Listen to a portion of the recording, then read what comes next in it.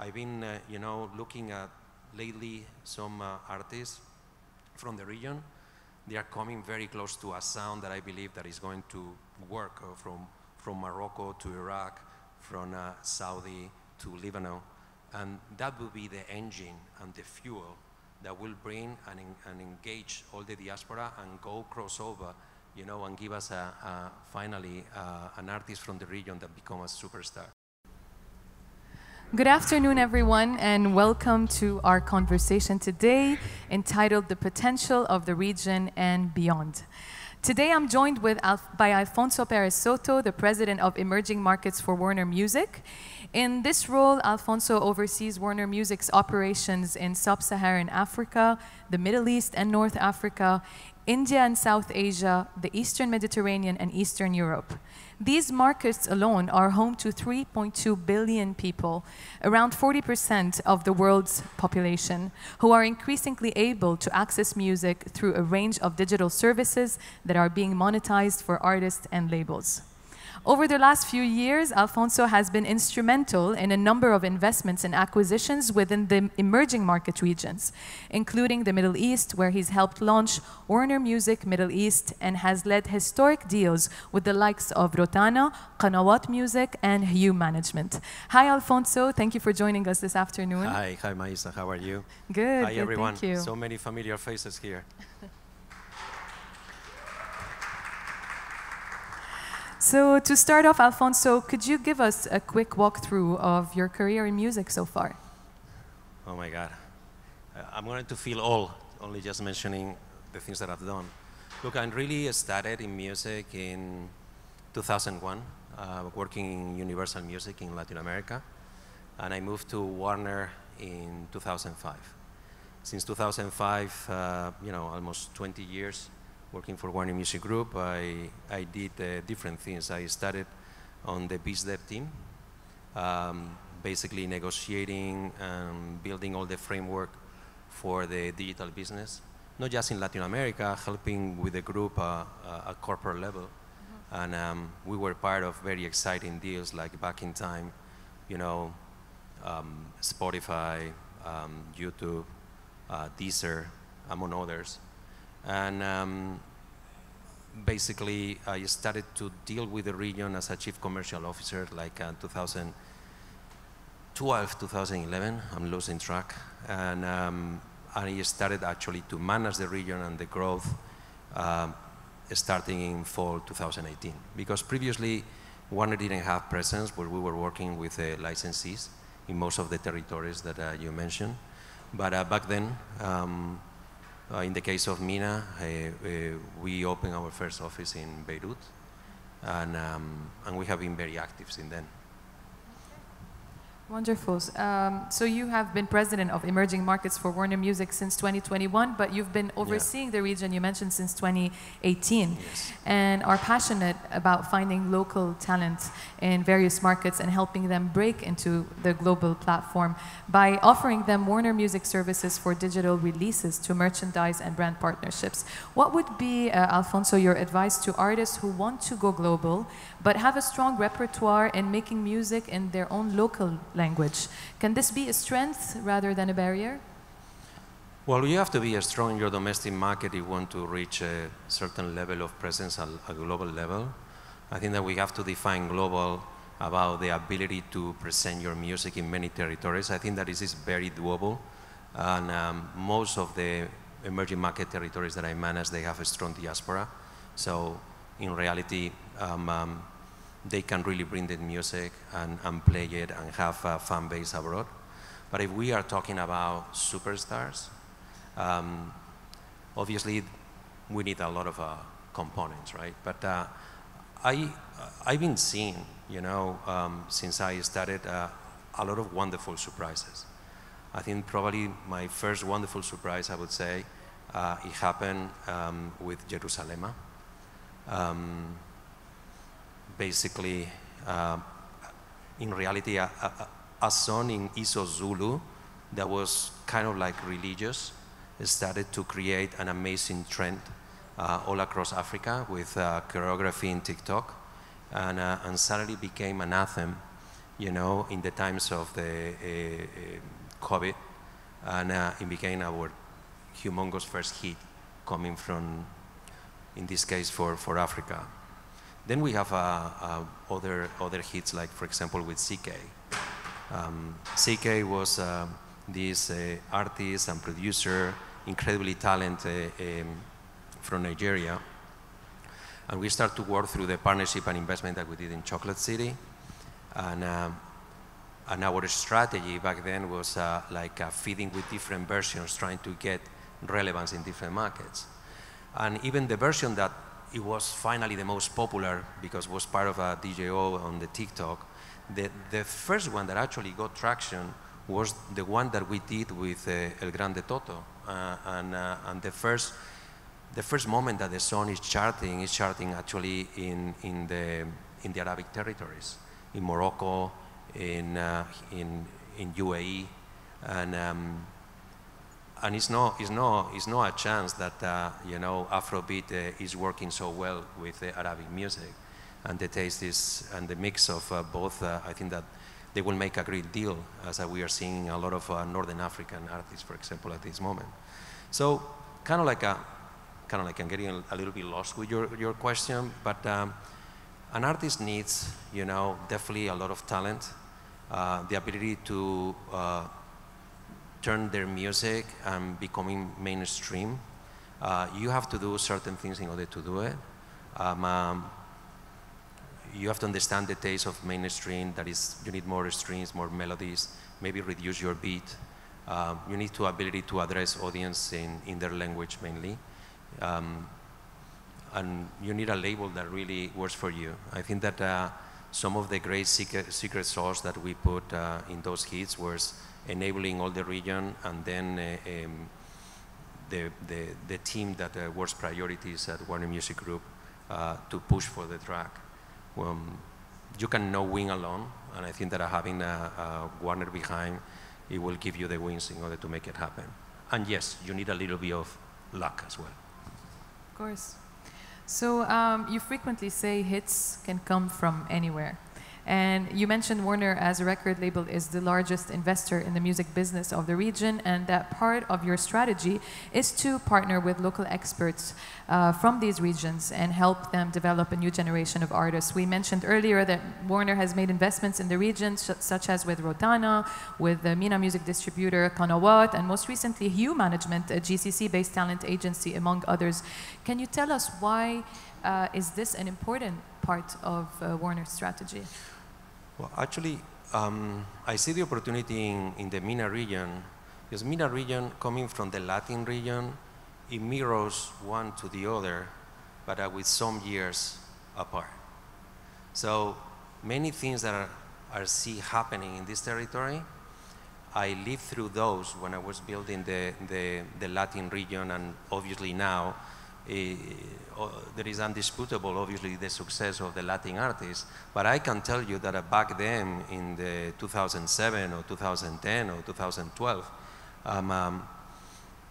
they would not have, I mean, with some exceptions, you know, like back then, Enrique Iglesias or starting Shakira, it was not really a positioning for the Latin music in the world. However, now, could you imagine, you know, Bad Bunny, last year was the #1 artist. This year was the #2. But you have J Balvin, you have Maluma. You have like an amazing amount of superstars coming from the Latin region. Why? Because they unify in a sound, you know, and they got the push of 500, 550 million people. So if that, and they have a strong diaspora in critical Western markets. If all what I just said is equally describing and applies to MENA, you have 440, 500 million people connected by culture with a strong diaspora in key markets, you know, France, UK, Benelux, Canada, North America, that what we need is to find our sound. I remember back then in the days of in Latin America, you know, Spain and the South Cone, they were playing rock and pop. Mexico was more like Latin pop, and it was not a sound or a genre that was connecting all the cultures. They found it when the Puerto Rican reggaeton kind of like was mixed with the Medellin producers, and they softened a little bit of the beat and the urban approach that the original, reggaeton from Daddy, Otego Calderon, they soften and they turn it with a twist of more melody and pop, and they create a global and an international sound. I think we need to find that sound. I think that we are very close. I've been, looking at lately some artists from the region. They are coming very close to a sound that I believe that is going to work from Morocco to Iraq, from Saudi to Lebanon. And that will be the engine and the fuel that will bring and engage all the diaspora and go crossover, and give us finally an artist from the region that become a superstar. This is one point. The other point that we need is a bigger penetration on DSP services. I think that there is a huge amount of usage of YouTube, but it's still services like Spotify, for example, they need to higher penetration. It's still the penetration not enough. But they are working super hard. I can see all the time the initiatives that are putting forward. Same thing with Angami. I don't want to leave anybody behind because they will tell me, they will call me names later. But the reality is we need more penetration. Yeah, those two things: a sound and bigger penetration of DSP services. Right. So it's no question that there is a unique potential in this, one of the fastest growing recording industry in the world. And you've mentioned two challenges. Could you name any other main challenges that you see that we're currently facing in our region? I mean, how can these be transformed into opportunities for growth and development? Is there anything else that you feel is preventing us from getting there? Two things that I would say. One, we need a stronger live business, more venues, more arenas, more capacity to provide shows, and we need CMOs. We need the local societies that help to govern, and influence in the territories, not just for protection of intellectual property, but also for enforcement, because some territories have the law, but nobody enforces it. And I think it's important because it will fight piracy and will create more value and more revenue, protect the composers, the songwriters, the producers, and the artists themselves. Great. And by the way, it seems that a lot of efforts done by the local IFPI in UAE and here in Saudi. So I hope that this is coming a reality soon, sure. And that basically triggers, rest of the territories to jump in. In what ways do you think, Alfonso, can innovation and technology be harnessed to unlock the potential of the region? I mean, everyone is talking about AI, and there has been a lot of mixed views about how this will challenge the music industry, artistry, copyrights, and the way creative industries like music will evolve. What is your prediction for the future, and how do you feel about this huge advance in technology and how it can affect the music business? Well, prediction. I think the AI is coming whether we like it or not. I think that we are in a revolution, not just in industry, but in all single field that are affecting our lives. I think in the case of music, and if you follow our CEO words, we embrace it. I think that we announced partnerships, with partners like YouTube, and we are experiencing AI. What we need is AI has to be on the certain level of monitoring and control, respecting the humankind creativity, but giving tools in order to expand that creativity and make it better. So if you go to a studio today, look, there is a huge amount of technology, like it's not like you are going to have a band talking to you and you're going to record, right? I think that AI is going to help us, to speed and create better sounds and help the artists in their production of music. It will help to market the music, and so far is respecting the human part that is part of that. I think that we are going to be okay. What we can know is basically have misrepresentation of work that has been done by human and just integrated in software and not having a correlationship with it. Great. So you see it as a great tool to help advance rather than replace the human talent, hopefully if it's not. framed the right way, yes. Right. Okay, great.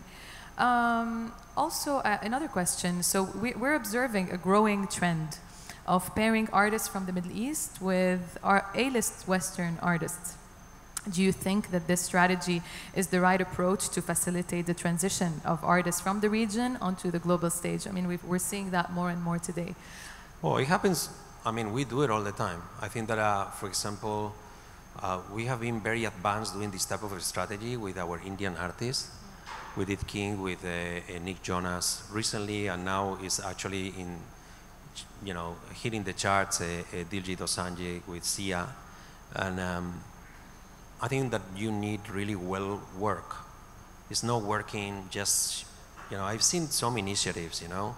It's not like a file sharing, I record this, I record that.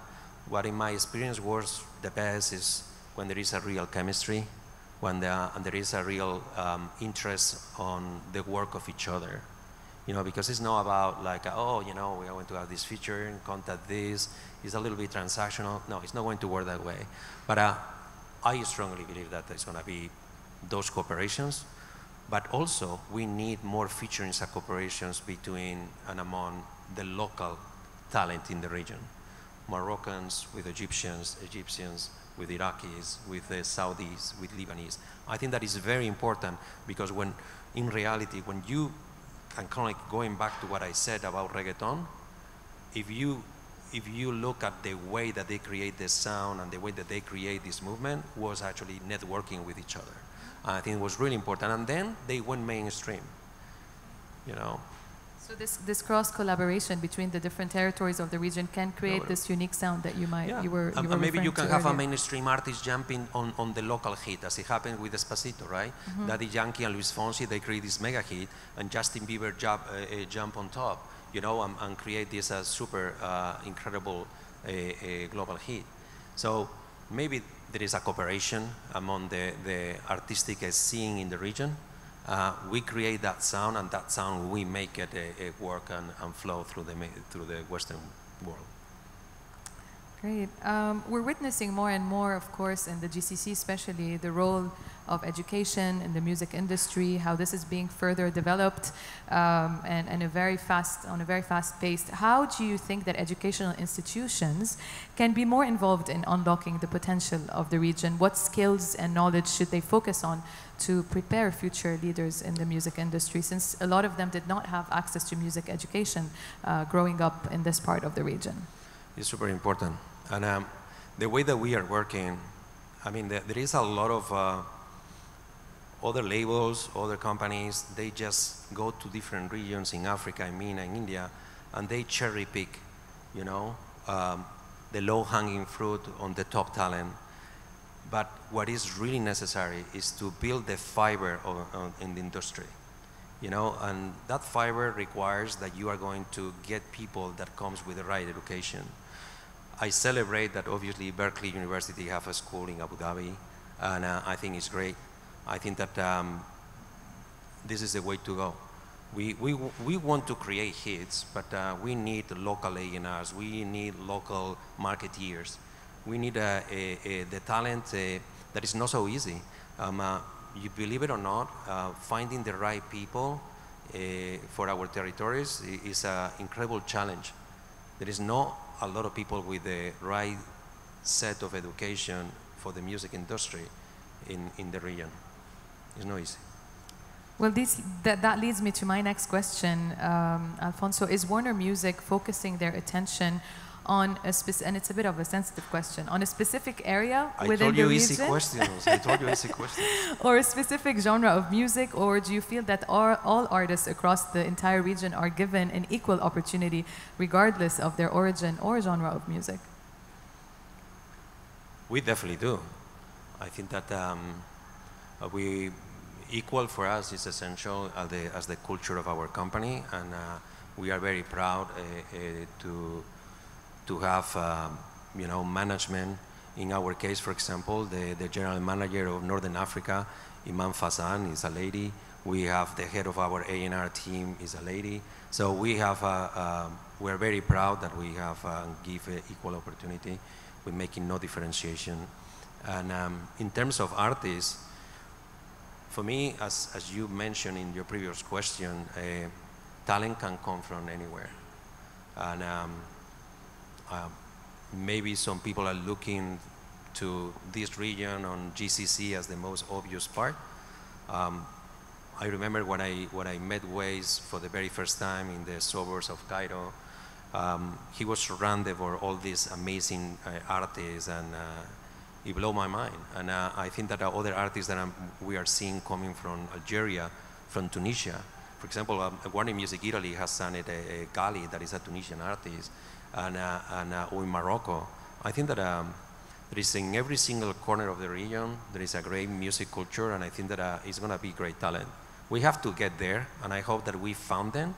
But also, if in any way they see this interview, try to connect with us. You know, find us and connecting with the Warner Music MENA Instagram. You know, and we will talk to you. You know. Great. In your role, Alfonso, as senior executive at Warner Music, how often do you get to interact with artists? I'm a bit curious to see if you have any interesting stories about a time you've spent with an artist who became global, and what has taught you. I mean, we know there's no secret recipe, but an interesting story could help inspire other artists that are working and hoping to get, working towards that and hoping to get there. That is a difficult question. Like we have great and super amazing amount of anecdotes.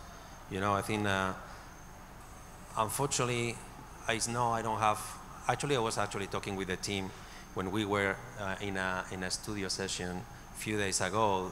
How much I was missing. You know, I spend more time in the studio with the artists because it's actually great time. You know. I spend a lot of time now flying here, talking there, if this contract, this business, finance, blah, blah, blah, like a lot of management work, but I miss the time of a studio. I mean, I think that there are some stories that I just cannot tell. Really? Not even one? No. Okay. Wonderful. Thank you so much, Alfonso, for joining us today. I truly enjoyed this conversation. Thank you, everyone. Thank you. Thank you, everyone, for joining us. Okay, have a great rest of the day.